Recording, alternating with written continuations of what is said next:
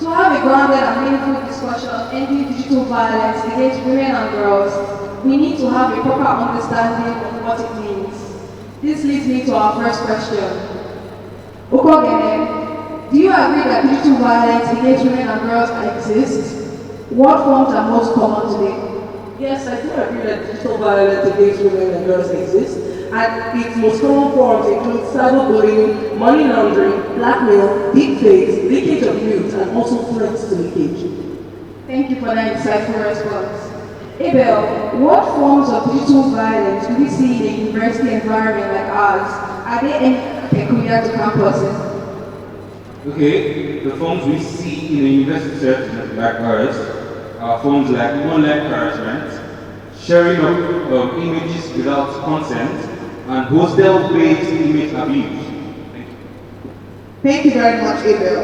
I'm going to bring this to you, Charles. These forms that Abel highlighted, are these forms increasing and why?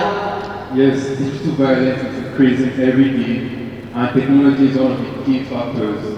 From an engineering point of view, advanced algorithms, AI systems, and automated platforms make this content to spread like a wildfire, make this content to reach a lot of people in a very short period of time. First of all, social media algorithms amplify these posts because that's what they are made for. They are made to keep these users addicted and keep on scrolling. They are so engrossed to their phones. Digital violence is evident in apps like WhatsApp, TikTok, Instagram, and so on, which are made to which at the algorithms analyze the user's preferences, location, age, and behavioral patterns to collect massive amounts of personal data and increase screen time. Finally, AI tools like deepfake and so on make it easier for perpetrators to create fake images and promote digital violence to harass the victims. Thank you very much, Charles. Now let me come to you, Najiba. From a scientific perspective, can you talk to us about the root causes of digital violence? Okay, from a scientific perspective, the root cause that we're looking at is something called the online disinhibition effect. It is how this screen creates like a psychological buffer. And it's because this screen basically shields and it is shield that like desensitizes the brain. So its perpetrators, when they do these things, they don't see the immediate biological reaction of the victim, like fear or pain. So their empathy response is suppressed and it's not being triggered at that point. Thank you, Najiba. Let me come to you, Adura Gbemi. When the Vice Chancellor was speaking earlier, she gave us data that confirmed that girls are the primary target of digital violence. Why do you think girls are the primary target? Thank you for that question. We see it in our everyday lives, we see it in the music we listen to, we see it in the videos that we watch online, how young girls and women are being objectified and sexualized for entertainment. This is one of the primary causes of digital violence amongst women. Secondly, from a cybersecurity analyst point of view, there is a gap in cybersecurity called social engineering. Social engineering takes its victims and manipulates them rather than having to hack into their systems.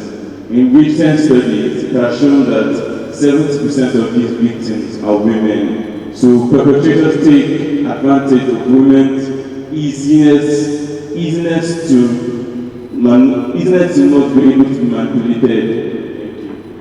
Thank you very much for that. My next question goes to Chineye. Who are the perpetrators? Are they boys or men, or the girls also contribute? Okay, thank you so much for that question, Russell. So a public safety research in Canada shows that men and boys constitute of 64% of the population which perpetrate digital violence. However, we cannot ignore the 18.7% which women play. Now, this can be because of so many reasons. One reason is the anonymity which social media allows. So social media allows for anonymity and anybody they can leave nasty comments, leave hate comments, and post things without any real consequences because you don't really know who does that. And just like Najiba mentioned, the screen creates a barrier and you do not really see the real impact you have on the victim. So this reduces empathy and increases abusive behavior, especially in men. Also, digital spaces are not necessarily created to cater for safety and human rights. They are created to boost online activity, and like Charles said, algorithm favors virality.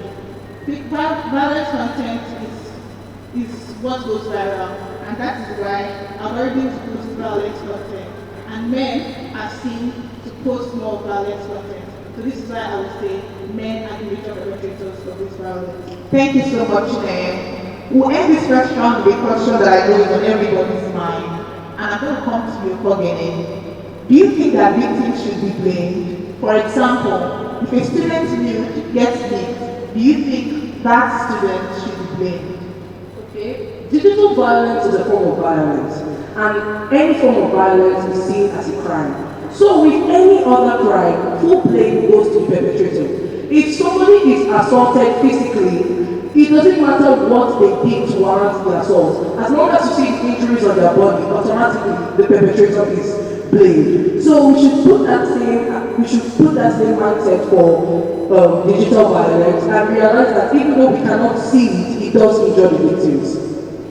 Thank you very much. Thank you for excellent points. We are going to move to round 2 and I'll hand over to Blossom to kick us off. Let's dive into our next question.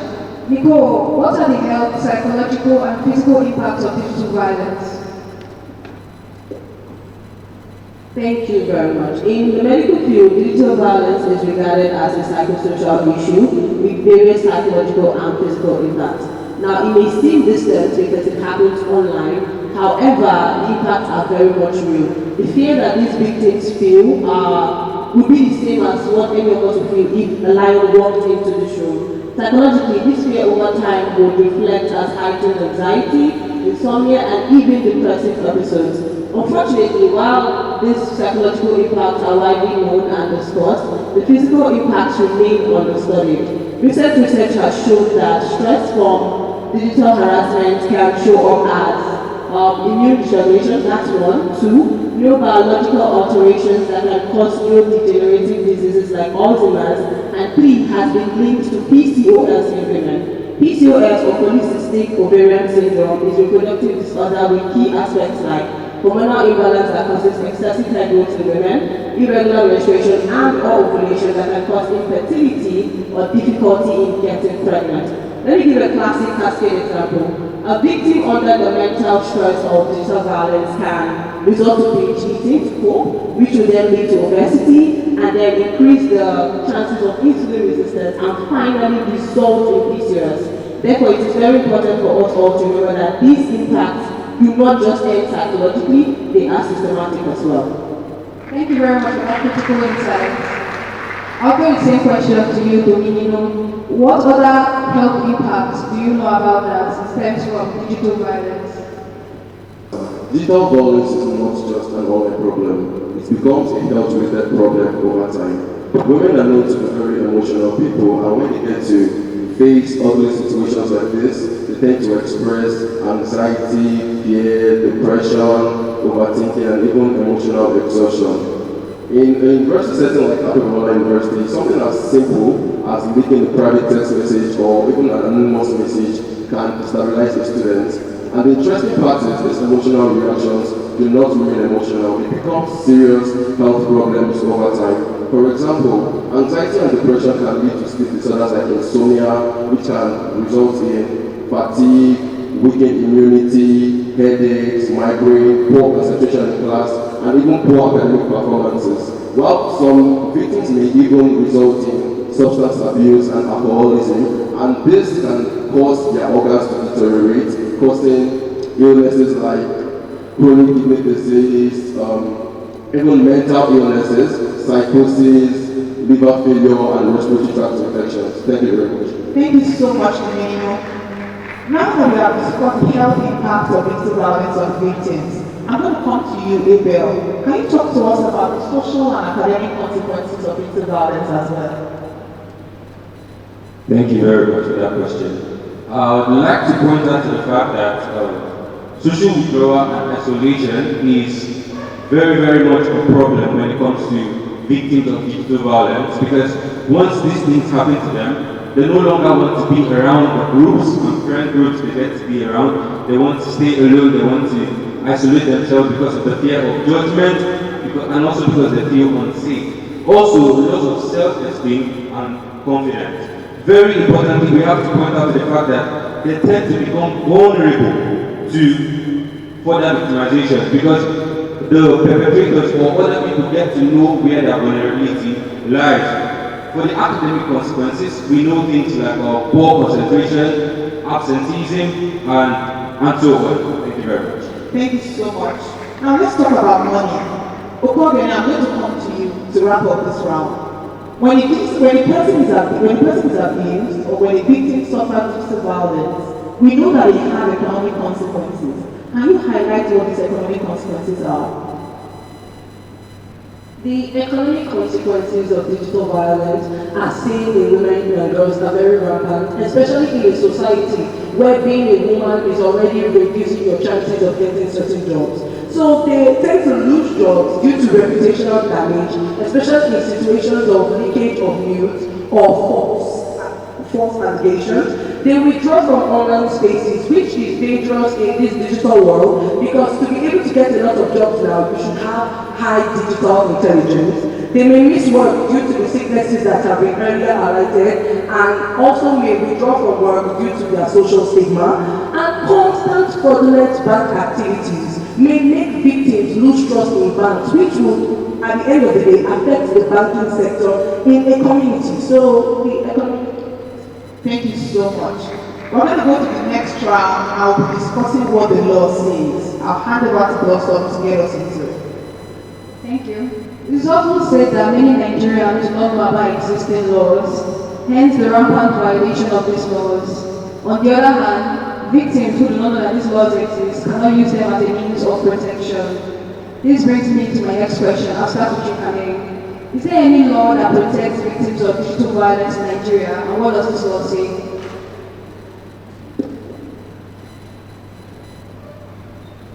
Yes, there are several legislative frameworks that prohibit and prescribe penalties for offences that can be classified under digital violence. We have the Nigeria Data Protection Act of 2023. This act basically protects and regulates individual data.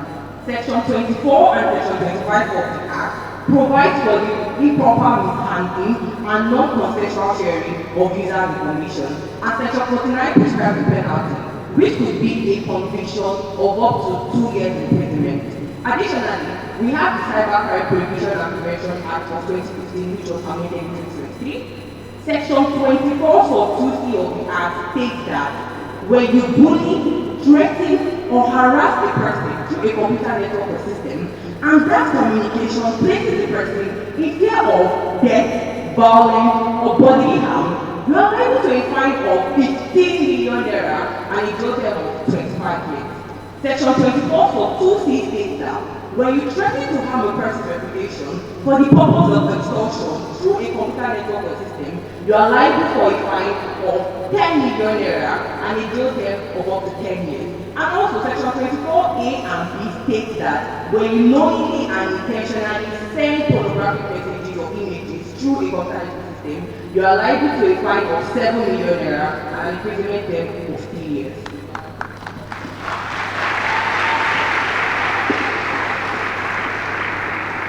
Thank you for that comprehensive explanation.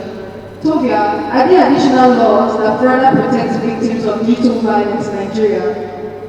Yes, we have the Violence Against Persons Prohibition Act of 2015, which has now been investigated here in the Ekiti State as the Ekiti State Gender-Based Violence Prohibition Law of 2019. Basically, this legal framework talks about violence, specifically violence that happens and that causes sexual, psychological, and physical abuse. It creates the penalty of someone who makes another person suffer from such abuse to face a conviction of about 200,000 naira or a jail term of 2 years. It further goes on state sanctions for anybody who causes coercion, which is to force someone to do something they don't really want to do, as well as stalking, which has to send an unnecessary message for a consistent period of time. Such a person will face a jail term of about 1 to 2 years or a fine of about 200,000 naira. Thank you. Thank you so much, Tovia.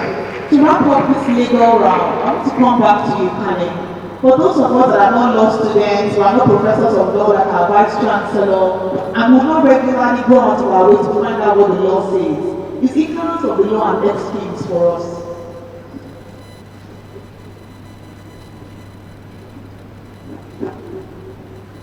Ignorance of the law is generally not an excuse in the legal realm. There is a Latin legal maxim that states, ignorantia juris non excusat, which basically means ignorance excuses no law. So whether or not you were not aware or you were ignorant of the law, it can never make you escape legal liability. Thank you so much for the legal knowledge. We're going to go right into the session that we have all been waiting for, finding solutions. I'll hand this to Blossom. Let's begin by identifying where responsibility truly lies. Tell me, Abel, who holds the solution for Abad? Is it the students, the school management, or the parent? Okay, thank you very much. The three categories you just mentioned collectively hold the solution to digital violence or ending digital violence. Firstly, I would like to primarily name the students as the core perpetrators and also the core preventionists to this violence. And then I come back to name the school management. So if the school management provide a structural policy that would end digital violence in this environment, I believe strongly that it will be stopped. And also for the parents. The parents are very, very much important segment of this because they get to teach their children how to uphold norms that would help them respect one another in the community. Because when there is respect for one another, there is every tendency that people will not go out there and treat their fellows in ways that will harm them or make them feel like committing suicidal thoughts.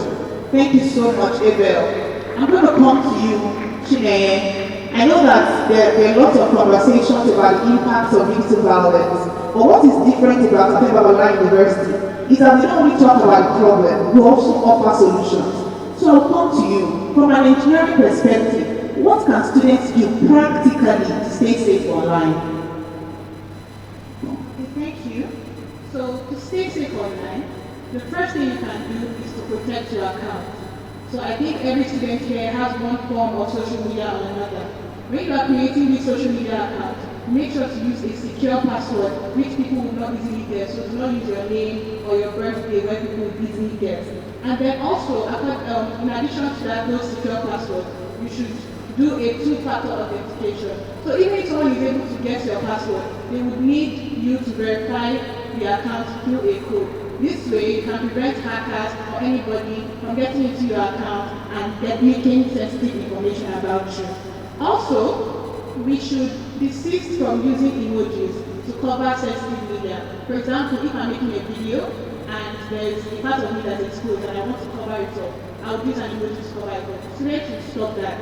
If you make that kind of video and you use just an emoji or a sticker to cover up sensitive media, people can take these videos, they can download these videos, take away the emoji and expose you, exposing you to digital violence. So my advice to anybody here, if you make any video and you notice there's something about that video you don't like, it's better for you to make another video completely and take down the initial one instead of using an emoji to cover it. Lastly, if you are facing any form of hate comment or hate DMs, you should use the report tool. So I know that we know on Instagram you can report accounts, on TikTok you can report accounts. Make use of that tool. If somebody is promoting violence on your page, if somebody is threatening you, you can report them. So these social media platforms will take the right action to block those accounts and stop those accounts from promoting digital violence online. I'll come to you, Charles. Can you tell us more practical actions you can take to stay safe online? Thank you for that question. First of all, we should be strict about our privacy settings. That involves reading websites carefully. There's some websites that you go to and accept cookies, what is advert or not. Do not accept any cookie you're not aware of. You should be careful enough to read so that algorithms can collect less personal data about us actually. Secondly, using AI approach to verify whether images are fake or not. Like for example, Microsoft Video Authenticator and Deep Web Scanner, which is specifically for deep detection. And finally, watermarking our images, like putting our names or initials. So whenever you post an image, AI cannot simply manipulate it. If I put my name there, Charles, I know it's on another image. You know that is not Charles' image. Thank you. Thank you so much. We'll go back to the law, and I'll start with you, Kanye. What legal framework can the university adopt to address digital violence? First, we suggest that the school management review and amend the student handbook in order for them to include and implement a definitive final penalty for digital violence, which should be expulsion. And even after the student has been expelled, he or she should be handed over to the relevant law enforcement agency so they can be tried in a court of competent jurisdiction. Also, there should be an establishment of the Digital Violence Eradication Committee where they can anonymously receive reports of digital violence and also provide assistance to the victims of digital violence. Thank you. Thank you, Kanye. Toby, I'll come to you with the same question.